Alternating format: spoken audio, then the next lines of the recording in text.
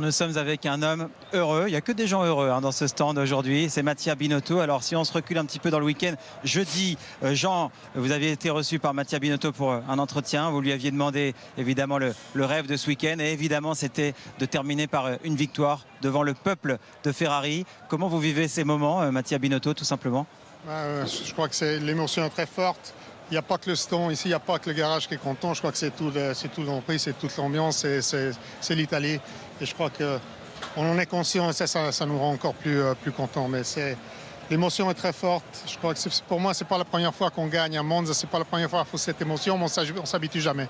Est-ce qu'à un moment vous vous êtes dit, on va peut-être perdre cette course, tant était féroce la bagarre avec les Mercedes? À chaque tour, à chaque virage, je crois qu'on était, on était tendu, il n'y a pas de doute.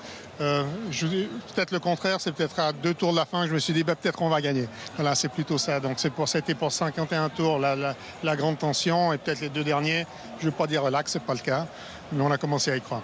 Question avec vous, Franck, avant d'échanger des sentiments, des émotions avec Jean. Vous avez été l'ingénieur de Jean Alesi dans les années 1990. Je vais casser un petit peu l'ambiance, mais c'est vrai que d'un côté, on a Charles Leclerc qui a extraordinairement bien piloté pendant cette course, qui a fait preuve d'une énorme maturité et qui aujourd'hui prouve qu'il a sa place chez Ferrari. De l'autre côté, on a un quadruple champion du monde, Sébastien Vettel, qui refait une nouvelle fois une erreur.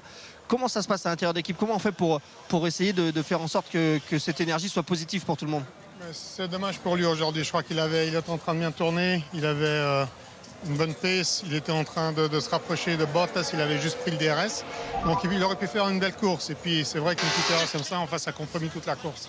C'est quand même une petite erreur. C'est une petite erreur qui est grave. C'est une petite erreur. Et je crois que quand on tourne ici à Monza, les voitures sont si légères. Il y a très peu d'appui. C'est le genre de choses qui peut arriver. Plein d'autres pilotes ont fait des petites erreurs. C'est dommage pour lui, encore une fois. C'est pas dont il avait besoin aujourd'hui. J'en suis conscient. On en est conscient. On va lui en parler. Et puis, comment garder le moral? Je crois c'est faire en sorte que les prochaines courses, il pourra faire un bon résultat.